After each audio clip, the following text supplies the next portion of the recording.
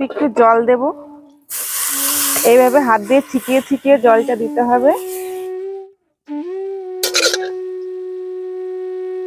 নমস্কার বন্ধুরা, কাকলির রান্নাঘরে আপনাদের সকলকে স্বাগত জানিয়ে প্রতিদিনের মতন আজকেও চলে এসেছি নতুন একটা রান্না নিয়ে। তো আজকে আমি রান্না করব ওটস।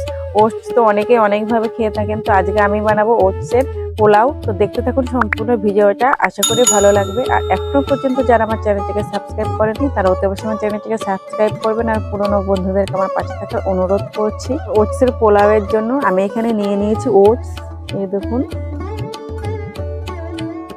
আর এখানে নিয়েছি চীনা বাদাম, এখানে আছে কারি পাতা, ধনে পাতা, লঙ্কা কুচি, গাজর কুচি, পেঁয়াজ কুচি, টমেটো কুচি। তো আরও কিছু গুঁড়ো মশলা আমি দেবো, লবণ হলুদ তো থাকবেই। তো দেখতে থাকুন আমি কিভাবে রান্নাটা করি। তার জন্য প্রথমে আমি উনুনটা ধরিয়ে নেব। উনুন ধরিয়ে দিয়েছি, কড়াই চাপিয়ে দেব। কড়াই চাপিয়ে দিয়েছি, কড়াই গরম হয়ে গেছে, এবার তেল দিয়ে দেব।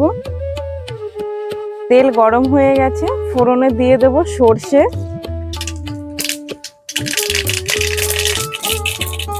আর দেব কারি পাতা,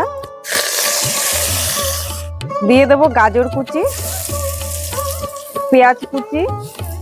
পেঁয়াজ আর গাজর হালকা ভেজে নেব।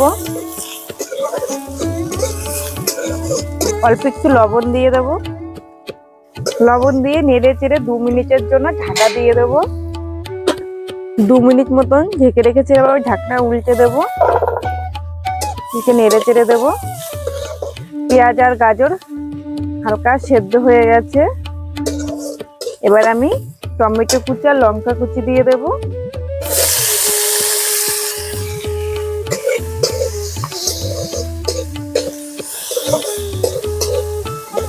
দিয়ে দেব চীনাবাদাম। চীনাবাদাম আগে থেকে হালকা ভাজা ছিল, তাই একটু পরে দিচ্ছি।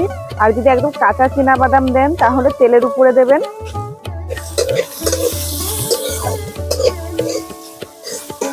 দিয়ে দেব সামান্য হলুদ। এবার দিয়ে দেব ওটস। ওটস দিয়ে সমস্ত কিছু ভালোভাবে এবার ভেজে নেব।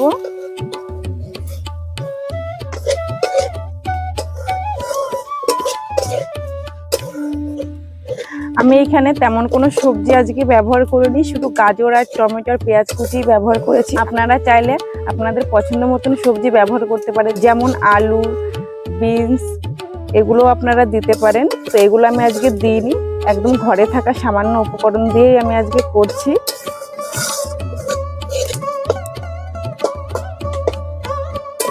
ওটস দিয়ে সবজির সঙ্গে কিন্তু একটু ভালো করে সময় নিয়ে ভেজে নিতে হবে, তাহলে পোলাওটা একদম ঝরঝরে হবে। আর কম ভাজা হলে কিন্তু পোলাওটা ঝরঝরে হবে না।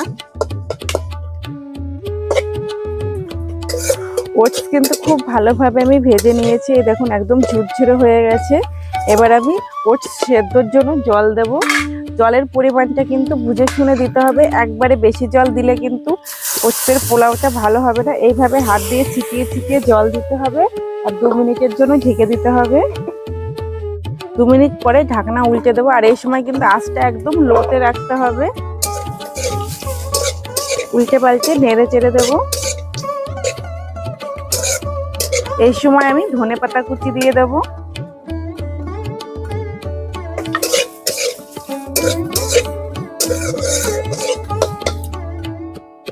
আবার অল্প একটু জল দেব।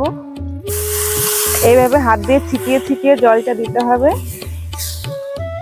জল দিয়ে আবার 2 মিনিটের জন্য ঢেকে দেব, নেড়ে চেড়ে নেব। এই সময় আপনারা যারা পোলাওতে মিষ্টি খেতে পছন্দ করেন তারা 1-2 চামচ চিনি দিয়ে দিতে পারেন, আর যারা মিষ্টি খেতে পছন্দ করেন না তারা চিনি দেবেন না। তা আমি আজকে চিনি দিলাম না।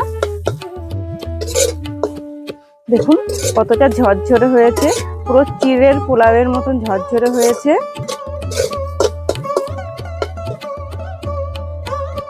ঝরঝরে ওটসের পোলাও রেডি হয়ে গেছে, এবার নামিয়ে নেব।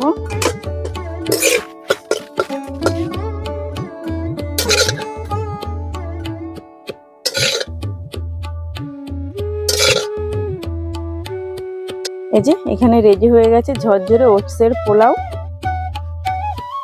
আপনারা এইভাবে বাড়িতে অবশ্যই তৈরি করে খেয়ে কমেন্টের মাধ্যমে জানাবেন কেমন লাগলো আপনাদের। আজকের ভিডিওটা আমি এখানেই শেষ করছি। দেখা হবে অন্য কোনো ভিডিওতে অন্য কোনো রান্না নিয়ে। আপনারা ভালো থাকবেন, সুস্থ থাকবেন।